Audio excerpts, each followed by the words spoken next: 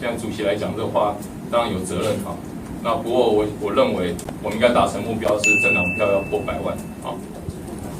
OK 啊，我想跟民党或跟其他政党之间的互动啊，我是开放的态度啊。那显智其实已经起了个头，那我这边公开喊话啊，我随时都准备好啊，这个要谈多少次都没有问题啊。那希望之前是跟卓荣泰主席嘛啊，那因为除了选举之外，其实我们还希望一些政策的立场跟价值。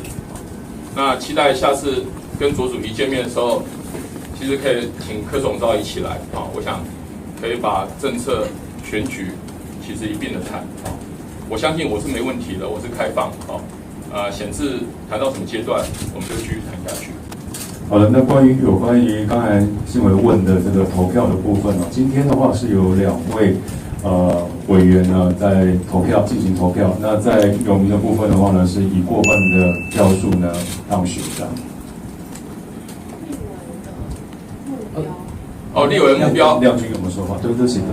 那亮君本身的话是有针对这个选举的办法做一些讨论那在会议上，我们有就选举的内容跟昨天的状况呢做一个讨论。那在大家有一致的一个想法之后呢，才进行最后的投票。那最后是以过半的票数，那有名委员呢来当选。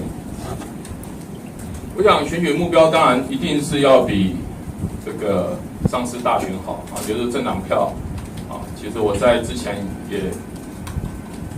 不过那时候不是主席的位置了哈，现在主席来讲这话，当然有责任哈。那不过我认为我们应该达成目标是政党票要破100万啊。以我们过去3年多在立法院的表现，在过去70几万票的基础上面，人民的野心是雪亮的啊，我觉得我们会得到正面的回馈。那在区域立委这边还会有陆续的提名啊，那我们会期待就是说。委员们努力往前冲啊！党绝对站在他们的后面，做他们最大的支柱。那上2次总统票都是投给蔡英文啊。